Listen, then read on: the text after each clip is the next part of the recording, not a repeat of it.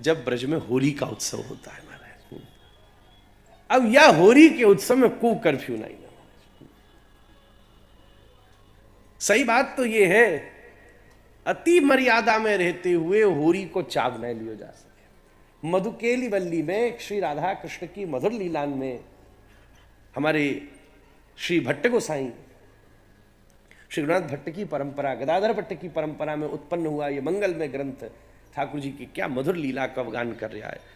मैं ज़्यादा तो नहीं कहना चाह रहा, पर व्रज रस की बात है, थोड़ा छींटा ही मार देना पर्याप्त है। सबकी अपनी सामर्थ्य है और पात्र विचार करना पड़ेगा। पर फिर भी होली के उत्सव में तो यहाँ तक बात कह दी नहीं कि सत्य बोलना अधर्म है, झूठ बोलना ही धर्म है। मधुकेली वल्ली में युगल सरकार की लीला में यहां तक बात पहुंच गई है। फिर चाव कैसे आए वो होली को? ना हाथ में क्या है? कछु ना है, और झूठ तो बोल रहे हैं। मतलब तुमको झूठ को मतलब पूरा ही न ले जाइए जिंदगी भर को काम कि भाई सब कुछ खेल में कहने को मतलब होली की क्रीड़ा करते समय, ऐसे नहीं कि और सारे व्यवहार में। होली की ये बात मैं स्पष्ट कर दूं, नहीं तो आप सोचोगे ये क्या बोल रहे हैं महाराज। होली की क्रीड़ा करते समय अब हाथ आयो बांध के, प्रिया जी आई हाथ पीछे कि ठाकुर जी पूछ रहे किशोरी क्या है तुम्हारे हाथ में? कछ ना है, कुछ है ही ना है। कुछ तो है, बोले बड़ी रहस्य की चीज है, छुपा के लाई हो तुम्हें दिखावे को। अब तो गोल गोल तो घुमानी, सत्य तो ये है नहीं, बड़ो चमकदार है। क्या? बोले आओ आओ इधर आओ। फिर किशोर जी ने हाथ यूं किया। ठाकुर जी बोले बिल्कुल पास आओ, देखो दिखाऊं तुम्हें, पास आओ पास आओ। और जैसे ही लाल जी पास आए, ठाकुर जी पूरे हाथ में गुलाल केसर सब मल के लाई। और जैसे ही देखवे के ताई ठाकुर जी पास आए, मुट्ठी खोरी और सबरे मोहड़ा पे रंग डाली। सत्य बोलो धर्म में सत्य। हाँ मैं रंग लाई हूं, गुलाल लाई हूं, तेरे मोहड़ा पे लगावे, कोई मानेगा? कोई ना मान्य। न कचना में खेलवे के ताई खवावे के ताई कच लाई हूं। तो ठाकुर जी अपनो कर्फ्यू उठा लेते हैं होली के टाइम। कर्फ्यू उठा लेना, खूब खाओ भी और खूब होली खेलो भी। देखो उसको सबसे बड़ा प्रमाण क्या है? रंग भरी एकादशी। महाराज जी नाम ही क्या हुआ भैया जी? एकादशी खारी हुए भरी ना हुए। खैर आपके यहां तो छूटी है पूरी, पर एकादशी क्या है? जहां एकादश इंद्रियों को लोकाचार व्यवहार लोक संग से निवृत्त कर दिया जाए। एक बात तो सच हम भी कहेंगे, एकादशी को में आहार का नियंत्रण बड़ा अनिवार्य है, पर एकादशी को केवल आहार तक सीमित कर देना भी उसको डिग्रेड करना। केवल आहार तक नहीं, हम बस खाएंगे नहीं और सब कुछ करेंगे, और नहीं खाएंगे ये सोच सोच के दिन भर खाए जा रहे हैं। पर रंग भरी रस भरी, रंग शब्द का अर्थ क्या है? राधिका और गोविंद। रस की पद्धति से रंग का मतलब क्या है? एक एक भाव को जानना चाहिए, शब्दन को गूढ़ार्थ है।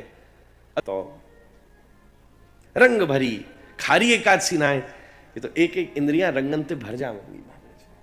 श्री राधा और गोविंद के रस से भर जावे। तो ठाकुर जी कर्फ्यू हटा लेंगे होली में।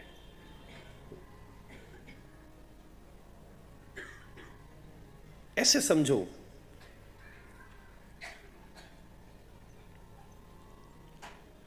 जब किसी बालक का अभ्यास हो जाता है प्रतिबंधों के बाद, तब फिर उसको मुक्त करके प्रतिबंधों से छोड़ दिया जाता है कि जा, इतने वर्षों में जो तुझे प्रतिबंध से हमने अभ्यास कराया मर्यादित रहने का, अब प्रतिबंधों से मुक्त होकर के तू स्वतंत्र घूमते हुए भी स्वयं आत्मानुभूति से स्वयं अभ्यास के द्वारा मर्यादा का पालन कर और आनंद भी ले। ऐसे ही श्री ठाकुर जी प्रत्येक उत्सव में मर्यादाओं की सीमा रखते हैं भैया जी। प्रत्येक उत्सव में मर्यादा की सीमा रखते हैं। इस उत्सव की यह मर्यादा है, शरद पूर्णिमा तो सबसे ज्यादा मर्यादित उत्सव है। आपको नहीं पता, ब्रज की लीलान में जो शारदीय लीला है वो तो सबसे ज्यादा मर्यादित उत्सव है। वो तो इतना मर्यादित है कि बाहर को भी आदमी भीतर घुस भी ना सके। शिव सरी के भी परम वैष्णवानाम यथा शंभु भी बा मर्यादा को पालन करते हुए अन्नपूर्णा जी के यहां जामे और गोपेश्वर भाव को धारण करके या लीला में प्रवेश कर सके। मसाल लेकर के ठाड़े है गए, मसाल जलवे लगी, वह लीला भी दो भावंत के ही जावे या ब्रज में, व्यवधान हो गया। तो हर उत्सव में अपनी अपनी मर्यादा है और वह मर्यादा को स्मरण करना है। पर ठाकुर जी वर्ष में मर्यादाओं के नियंत्रण में उत्सवों को कराते कराते एक ऐसा उत्सव या फाल्गुन को करें जब बोलें या में हमारी तरफ से कोई मर्यादा नहीं है तुम्हारे ऊपर, रोज तो केवल माथे पर ही तिलक लगावो और पामन में ही हमारे चंदन गुलाल लगावो। आज हम छूट दे सकें कि लेके गुलछा मोहड़िया पे मार दियो महाराज। कोई सामर्थ्य जो ठाकुर जी है लठ मारे, कोई सोच सके? आहा, लेके हरी नीली पीली लाल गुलाबी कर डालें सबरी गोपी। और तो और छोड़ो, न या में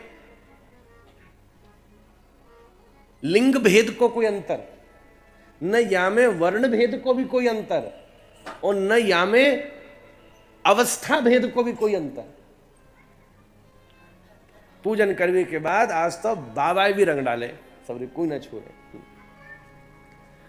ये इतनी दिव्य लीला है कि महाराज सुखदेव सरी के महापुरुष भी वृंदावन लीला की होली प्रसंग को श्रीमद् भागवत में विस्तृत रूप से प्रकट नहीं कर पाए। कैसे करें? इशारे में तो कई जगह मिलेगा, पर पूरी श्रीमद् भागवत में होली लीला का वर्णन है द्वारिका में। श्रीमद् भागवत के दशम स्कंद के 90वें अध्याय में श्री ठाकुर जी द्वारिका में महिषन के संग होली खेल रहे, और उन श्लोकन को दर्शन करके आप देखियो, ऐसी भीषण होली खेल रहे महिषन के संग, पत्नी के संग, अधर करडारी सबरी। पढ़ो 90वां अध्याय। वहां लठ भी चलो है, वहां दंड भी चलो है, वहां कीच गोबर भी मर डाली है सबन के मोहरा पे। तो हमारे रसिकाचार्य कह रहे भैया जी, ऐश्वर्य की प्रधान द्वारिका भूमि में पत्नीन के संग जब या छोरा ने जीव उधम मचाए होगो, तो यही से कल्पना करी जा सके कि ब्रज में तो कौन सी हद पार कर डाली होंगी महाराज। वो तो ऐसा प्रसंग है गो कि अवर्णनीय है गो महाराज, बाकी तो वर्णन ही ना किया जा सके जो ठाकुर जी ने या ब्रज में होरी मचाई होगी। केवल हम रसिकन की वाणी में ही थोड़ा बहुत कछवा को दर्शन कर पावे, और वहां में बिन्ने भी रहस्यन में छुपा छुपा करके।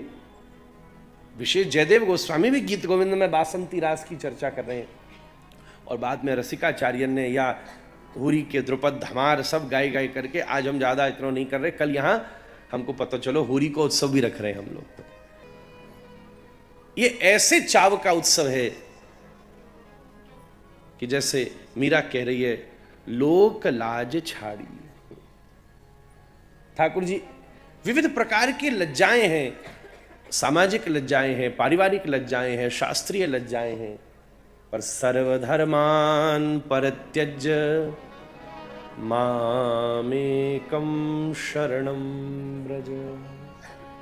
इस भगवत गीता के निर्देश का अगर पूर्ण रूप से पालन संभव है भैया जी, तो होरी लीला में संभव है। क्योंकि सब जगह तो किसी न किसी परिवेश में धर्म को पालन करना ही पड़ेगा। पर सर्वधर्मान परित्यज्य, सबरी लोक मर्यादा सबन को छोड़ करके विशुद्ध भगवत रस का आस्वादन करना, ठाकुर जी की प्रसन्नार्थ कुछ क्षण के लिए सारी शास्त्रीय मर्यादाओं को भी एक तरफ धर देना। भगवत प्रसन्नार्थ, अपनी प्रसन्नार्थ नहीं, भगवत प्रसन्नार्थ।